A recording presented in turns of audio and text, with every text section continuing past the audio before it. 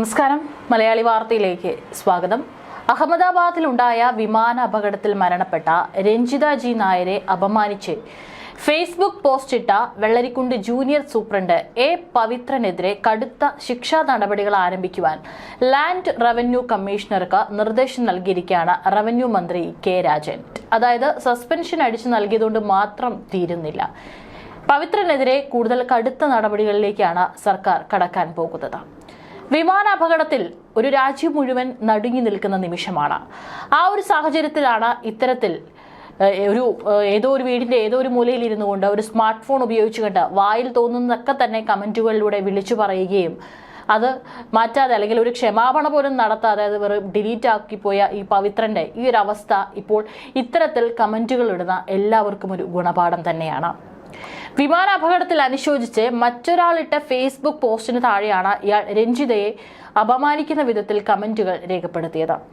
വിഷയം ശ്രദ്ധയിൽപ്പെട്ട ഉടനെ തന്നെ റവന്യൂ മന്ത്രി കെ രാജൻ പവിത്രനെ സസ്പെൻഡ് ചെയ്യാൻ ഉത്തരവിടുകയായിരുന്നു. അന്വേഷണ വിധേയമായാണ് സസ്പെൻഡ് ചെയ്തിരുന്നത്. അതിനുശേഷമാണ് ഇപ്പോൾ പവിത്രനെതിരെ കടുത്ത ശിക്ഷാ നടപടികൾ ആരംഭിക്കുന്നതിനുള്ള സർവീസ് റൂൾ പ്രകാരമുള്ള നടപടിക്രമങ്ങൾ ആരംഭിക്കുവാൻ ലാൻഡ് റവന്യൂ കമ്മീഷണർക്ക് മന്ത്രി നിർദ്ദേശം നൽകിയത്. നടപടിയുടെ ഭാഗമായി പവിത്രന് മെമ്മോ നൽകുന്നതാണ് ആദ്യ നടപടി. മെമ്മോയ്ക്ക് മറുപടി ലഭിച്ച ശേഷം മറ്റു നടപടികളിലേക്ക് കടക്കും. അതിനുശേഷമാണ് ഇപ്പോൾ പവിത്രനെതിരെ കടുത്ത ശിക്ഷാ നടപടികൾ ആരംഭിക്കുന്നതിനുള്ള സർവീസ് റൂൾ പ്രകാരമുള്ള നടപടിക്രമങ്ങൾ ആരംഭിക്കുവാൻ ലാൻഡ് റവന്യൂ കമ്മീഷണർക്ക് മന്ത്രി നിർദ്ദേശം നൽകിയത്. നടപടിയുടെ ഭാഗമായി പവിത്രന് മെമ്മോ നൽകും. മെമ്മോയ്ക്ക് മറുപടി ലഭിച്ച ശേഷം മറ്റു നടപടികളിലേക്ക് കടക്കും. ഡെപ്യൂട്ടി തഹസിൽദാറെ സർവീസിൽ നിന്ന് പിരിച്ചുവിടാനടക്കം ശുപാർശയുണ്ടായിരുന്നു. കാസർഗോഡ് ജില്ലാ കളക്ടർ കെ ഇമ്പശേഖരൻ ഇതുമായി ബന്ധപ്പെട്ട റിപ്പോർട്ട് നൽകിയിട്ടുണ്ട്. നിരന്തരം അച്ചടക്കം ലംഘിക്കുകയും ആളുകളെ ജാതീയമായി അധിക്ഷേപിക്കുകയും ചെയ്യുന്നത് പവിത്രന്റെ പതിവാണെന്നാണ് റിപ്പോർട്ട്. കാഞ്ഞങ്ങാട് MLA മുൻ മന്ത്രിയുമായ ഇ ചന്ദ്രശേഖരനെതിരെ സമൂഹമാധ്യമത്തിൽ അപകീർത്തികരമായ പോസ്റ്റ് ഇട്ടതിന് നടപടി ഏറ്റുവാങ്ങിയ ആളാണ് പവിത്രൻ. സസ്പെൻഷൻ കാലാവധി കഴിഞ്ഞ് ഒരു മാസം മുമ്പാണ് പവിത്രൻ ജോലിയിൽ തിരികെ കയറിയത്. പിന്നാലെയാണ് രഞ്ജിതയ്ക്കെതിരെ അശ്ലീല ചുവയോടെ കമന്റ് പങ്കുവച്ചത്. ആ കുടുംബത്തിന് രഞ്ജിത എന്ന് പറയുന്ന ആ യുവതിയുടെ മൃതദേഹം പോലും കിട്ടിയിട്ടില്ല. 2 മക്കളും ഒരു പ്രായമായിട്ടുള്ള അമ്മ മാത്രമാണ് രഞ്ജിതയ്ക്കുള്ളത്. ഇത്തരത്തിൽ ആ കുഞ്ഞിന്റെ കരച്ചിലൊക്കെ തന്നെ എല്ലാവരും മാധ്യമങ്ങളിലൂടെ കണ്ടതായിരിക്കും. അത്രയേറെ ദുഃഖം മനസാക്ഷിയുള്ള ഒരാൾ പോലും ചിന്തിക്കാത്ത രീതിയിലുള്ള വളരെ വൃത്തികെട്ട രീതിയിലുള്ള കമന്റാണ് പവിത്രൻ അന്ന് പങ്കുവച്ചത്, അല്ലെങ്കിൽ പവിത്രൻ എന്നൊരു വീഡിയോയ്ക്ക് അല്ലെങ്കിൽ പോസ്റ്റിന് താഴെ ഇട്ടത്. നിരവധി മുന്നറിയിപ്പുകളും താക്കീതുകളും നൽകിയിട്ടും നടപടികൾക്ക് വിധേയനായിട്ടും നിരന്തരമായ റവന്യൂ വകുപ്പിനും സർക്കാരിനും അപകീർത്തി ഉണ്ടാക്കുന്ന പ്രവർത്തികൾ ആവർത്തിക്കുന്നതിനാൽ സർവീസിൽ നിന്ന് പിരിച്ചുവിടാൻ അടക്കമുള്ള കർശനമായ നിയമ നടപടികൾക്ക് ജില്ലാ കളക്ടർ സർക്കാരിലേക്ക് ശുപാർശ ചെയ്തിട്ടുണ്ട്. ഇതോടെ ആർക്കും പവിത്രനെ രക്ഷിക്കാൻ കഴിയാത്ത അവസ്ഥയും വന്നു.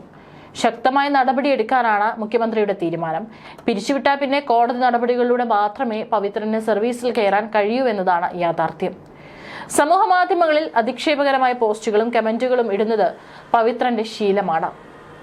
2023 ഓഗസ്റ്റിൽ നെല്ലിക്കാട്ട് ശ്രീമദ് പരമശിവ വിശ്വകർമ്മ ക്ഷേത്രം പ്രസിഡന്റ് സാമൂഹ്യ മാധ്യമത്തിലൂടെയുള്ള അപകീർത്തി പ്രചാരണവുമായി ബന്ധപ്പെട്ട് സമർപ്പിച്ച പരാതിയിൽ പവിത്രന് ADM താക്കീത് നൽകിയിരുന്നു. 2024 ഫെബ്രുവരിയിൽ സാമൂഹ്യ മാധ്യമത്തിൽ അപകീർത്തിപ്പെടുത്തിയെന്ന് കാണിച്ച് വി ഭുവനചന്ദ്രൻ സമർപ്പിച്ച പരാതിയിലും സമൂഹ മാധ്യമത്തിൽ കമന്റുകളോ പോസ്റ്റുകളോ ഇടുമ്പോൾ കൂടുതൽ ജാഗ്രത വേണമെന്ന് കാണിച്ച് കർശന താക്കീതും നൽകിയിരുന്നു. തുടർന്നാണ് മുൻ മന്ത്രിയും കാഞ്ഞങ്ങാട് MLAയുമായ ഇ ചന്ദ്രശേഖരനെ വ്യക്തിപരമായും ജാതീയമായും അധിക്ഷേപിച്ച് പോസ്റ്റിട്ടത്. എല്ലാ പരിധിയും വിട്ടതായിരുന്നു ഈ കമന്റ്. കാസർഗോട്ടെ മുതിർന്ന CPI നേതാവാണ് ചന്ദ്രശേഖരൻ. CPIയുടെ സർവീസ് സംഘടനയായ ജോയിന്റ് കൌൺസിലിൽ സീനിയറായ തന്നെ തഴഞ്ഞ് പ്രധാന സ്ഥാനങ്ങളിൽ ഈ ചന്ദ്രശേഖരന്റെ താൽപര്യപ്രകാരം നായർ സമുദായങ്ങളെ നിയമിച്ചെന്നായിരുന്നു അന്ന് പവിത്രന്റെ ആരോപണം. ഇതേ തുടർന്ന് അച്ചടക്ക നടപടിയുടെ ഭാഗമായി പവിത്രനെ സർവീസിൽ നിന്നും 2024 സെപ്റ്റംബർ 18-നാണ് സസ്പെൻഡ് ചെയ്യുകയും പിന്നീട് നടപടികൾ പൂർത്തിയാക്കി ലഘുശിക്ഷയായ സെൻഷർ നൽകി നടപടി തീർപ്പാക്കുകയും ചെയ്തത്. 2024 നവംബർ 7-ന് സർവീസിൽ പിന്നീട് പുനഃപ്രവേശിക്കുകയും ചെയ്തിരുന്നു. അതായത് ജോയിന്റ് കൌൺസിൽ നേതാവെന്ന നിലയിൽ അതിവേഗം തിരിച്ചെത്തി. 50 ദിവസം മാത്രമാണ് ഗൗരവ കുറ്റം ചെയ്തിട്ടും പവിത്രന് സർവീസിൽ പുറത്തു നിൽക്കേണ്ടി വന്നത്. പഴയ തസ്തികയിൽ തന്നെ തിരിച്ചെത്താനുമായി. CPI സർവീസ് സംഘടനയിലെ കരുത്തിനെന്ന് ഇതോടെ എല്ലാ ജീവനക്കാർക്കും സന്ദേശം നൽകാനും പവിത്രനായി. പക്ഷേ ഇനി അത് നടക്കില്ല. സമുദായ സംഘടനകൾ അടക്കം പവിത്രനെതിരെ രംഗത്തുണ്ട്. വിമാന ദുരന്തത്തിൽ അനുശോചിച്ച് ഒരാളിട്ട ഫേസ്ബുക്ക് പോസ്റ്റിനടിയിലാണ് ഇദ്ദേഹം അധിക്ഷേപകരമായ കമന്റ് ഇട്ടത്. സർക്കാർ ജോലിയിൽ നിന്ന് അവധിയെടുത്ത് വിദേശത്തേക്ക് പോയതുകൊണ്ടാണ് അപകടത്തിൽ രഞ്ജിത മരിക്കാൻ ഇടയായതെന്നാണ് സമൂഹ മാധ്യമത്തിൽ പങ്കുവച്ചൊരു പോസ്റ്റിൽ അദ്ദേഹം കമന്റായി രേഖപ്പെടുത്തിയിരിക്കുന്നത്. രഞ്ജിതയുടെ പടത്തിന് ആദരാഞ്ജലികൾ എന്നെഴുതി പങ്കുവച്ച മറ്റൊരു പോസ്റ്റിൽ കൂടുതൽ ഉയരങ്ങളിൽ എത്തട്ടെ എന്നും കമന്റായി രേഖപ്പെടുത്തിയിട്ടുണ്ട്.